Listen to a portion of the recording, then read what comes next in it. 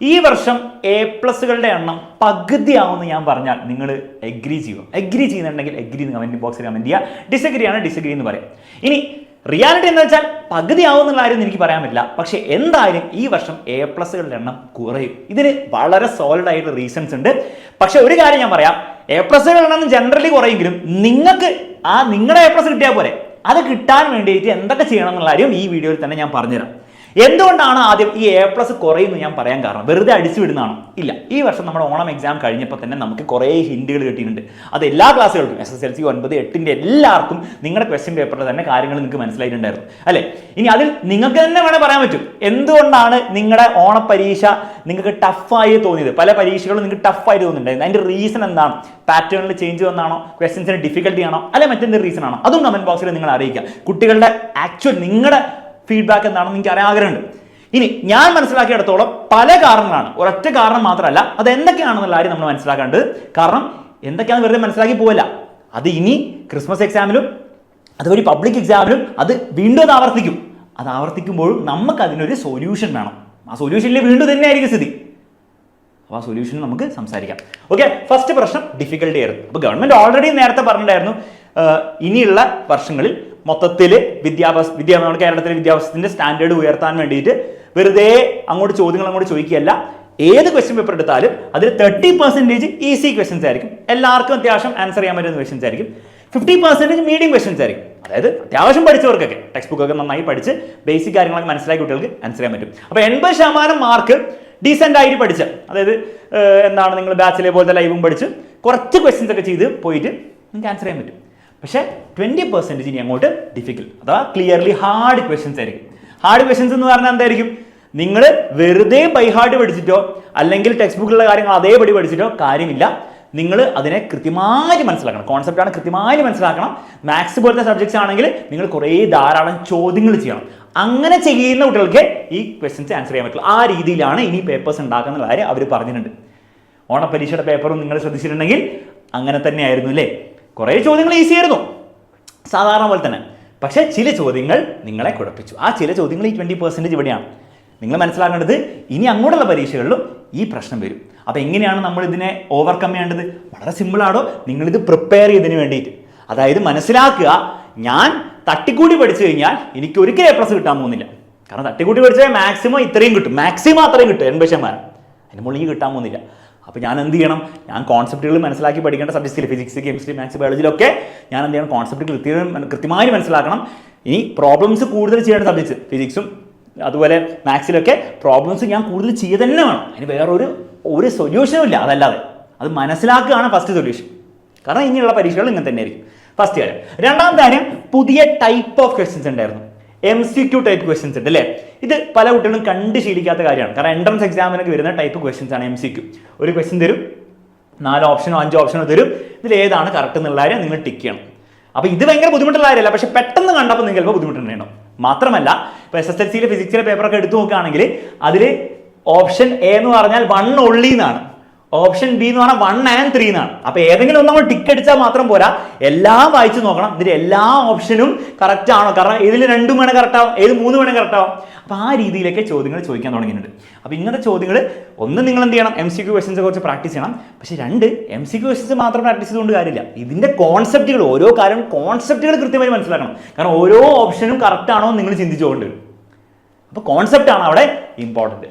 രണ്ടാമത് statement reason. അപ്പോൾ ഇതും നിങ്ങൾ കാണാത്തൊരു ടൈപ്പ് ക്വസ്റ്റ്യൻ ആയിരിക്കും. പക്ഷെ നേരത്തെ തന്നെ നമുക്കൊരു മോഡൽ പേപ്പർ കിട്ടിയിട്ടുണ്ടായിരുന്നു. അതിലും ഇതുപോലത്തെ ക്വസ്റ്റ്യൻസ് ഉണ്ടായിരുന്നു. പക്ഷെ പലരും അത് ശ്രദ്ധിച്ചില്ല. നമ്മളും നമ്മുടെ എക്സാമിനർ ചാനലിലൊക്കെ ഡിസ്കസ് ചെയ്താണ്. പക്ഷെ അതും പലരും കണ്ടിട്ടില്ല. പക്ഷെ ഇനി നിങ്ങൾ മനസ്സിലാക്കുക, ഇങ്ങനത്തെ ക്വസ്റ്റ്യൻസ് എന്തായാലും ഉണ്ടാവും. ഒരു സ്റ്റേറ്റ്മെന്റ് തരും, അതിന്റെ റീസൺ തരും. ഇതിന്റെ സ്റ്റേറ്റ്മെന്റ് കറക്റ്റ് ആണോ, അതിന്റെ റീസൺ കറക്റ്റ് ആണോ, ഏതാണ് തെറ്റ്, റീസൺ കറക്റ്റ് ആവുമ്പോൾ ചിലപ്പോൾ സ്റ്റേറ്റ്മെന്റ് തെറ്റാവും. അങ്ങനത്തെ ടൈപ്പ് ചോദ്യങ്ങൾ പരീക്ഷയിൽ ഇനി വരും. ഓക്കെ, അപ്പോൾ ഇവിടെ മനസ്സിലാക്കേണ്ടത് ഒന്ന്, ഇങ്ങനത്തെ ചോദ്യങ്ങൾ നിങ്ങൾ കുറച്ച് ചെയ്യണം. പക്ഷെ അവിടെയും കൂടുതലും ഇമ്പോർട്ടൻ്റ് എന്താണ്? കോൺസെപ്റ്റ് മനസ്സിലാക്കുക. കാരണം ഇങ്ങനത്തെ കുറേ ക്വസ്റ്റ്യൻസ് ചെയ്തു, പക്ഷെ ഇതിന്റെ കോൺസെപ്റ്റ് എന്താ, സ്റ്റേറ്റ്മെന്റ് എന്താണെന്നും അതിന്റെ റീസൺ എന്താണെന്നും കൃത്യമായി മനസ്സിലാക്കുന്ന കുട്ടിക്ക് ഒരിക്കലും ആൻസർ ചെയ്യാൻ പറ്റില്ല. അപ്പോൾ കോൺസെപ്റ്റ് ബേസ്ഡ് ലേണിംഗ് വളരെ ഇമ്പോർട്ടൻ്റ് ആണ്. വെറുതെ ഡെഫിനേഷൻസ് ബൈ ഹാർട്ട് പഠിക്കുക, ചോദ്യങ്ങളുടെ ഉത്തരം ബൈ ഹാർട്ട് പഠിക്കുക. ഇനി അത് ചെയ്യാൻ പോകുന്നവർക്ക് മക്കളെ നിങ്ങളുടെ കാര്യം പോക്കാണ്. പക്ഷേ നന്നായിട്ട് ഞാൻ ഈ പറഞ്ഞ പോലെ നിങ്ങളുടെ പഠനത്തിൽ മാറ്റം വരുത്തി പഠിക്കാൻ പോകുന്നവർക്ക് ബുദ്ധിമുട്ടുണ്ടാകാൻ പോകുന്നില്ല.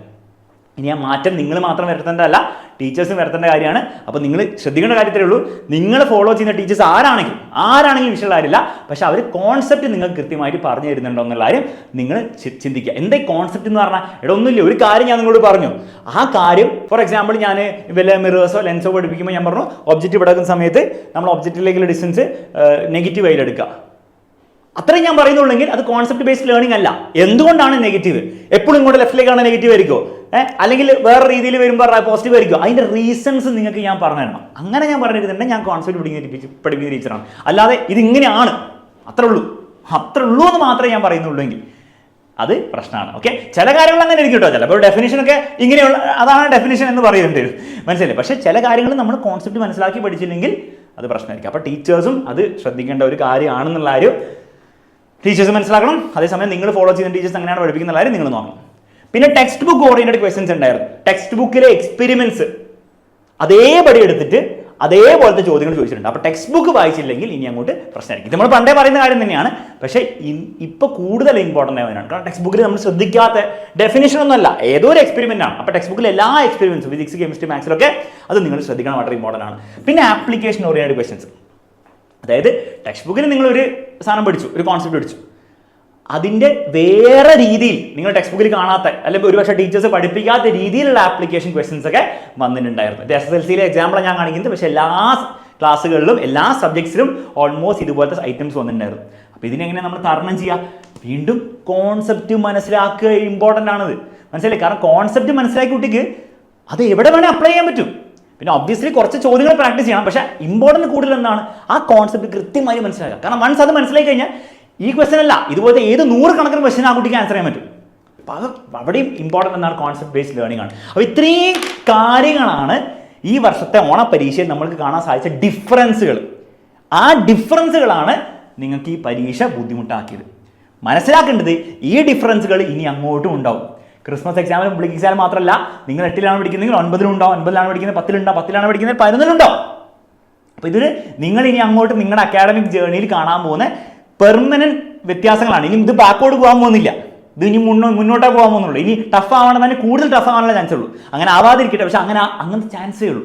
അപ്പം ഇനിയെങ്കിലും നിങ്ങൾ പ്രിപ്പയർഡ് ആയിരിക്കണം. അല്ലാണ്ട് കഴിഞ്ഞ വർഷം ഞാനതൊക്കെ പബ്ലിക് എക്സാമൊക്കെ ഈസി ആയിട്ട് ഇതാക്കി, ഓണം എക്സാം ഈസി ആക്കി, അതിനി വർക്കാവില്ല, കളി മാറി. ഓക്കെ, ഇനി ഇത് നിങ്ങളെ പേടിപ്പിക്കാൻ വേണ്ടിയിട്ടുള്ള പറഞ്ഞ കാര്യമൊന്നുമല്ല.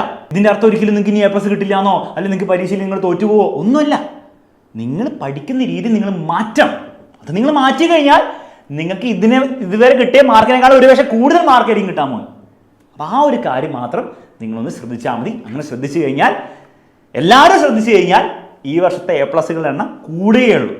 അങ്ങനെ കൂടണം എന്നാണ് എൻ്റെ ആഗ്രഹം. അത് നിങ്ങളും കൂടെ വിചാരിച്ചാലേ സാധിക്കുകയുള്ളൂ. അങ്ങനെ ആവട്ടെ എന്ന് വിചാരിച്ചുകൊണ്ട്, അങ്ങനെ ആവട്ടെ എന്ന് വിഷ് ചെയ്തുകൊണ്ട് വീഡിയോ എൻ്റെ മറ്റൊരു വീഡിയോയിൽ നമുക്ക് വീണ്ടും കാണാം.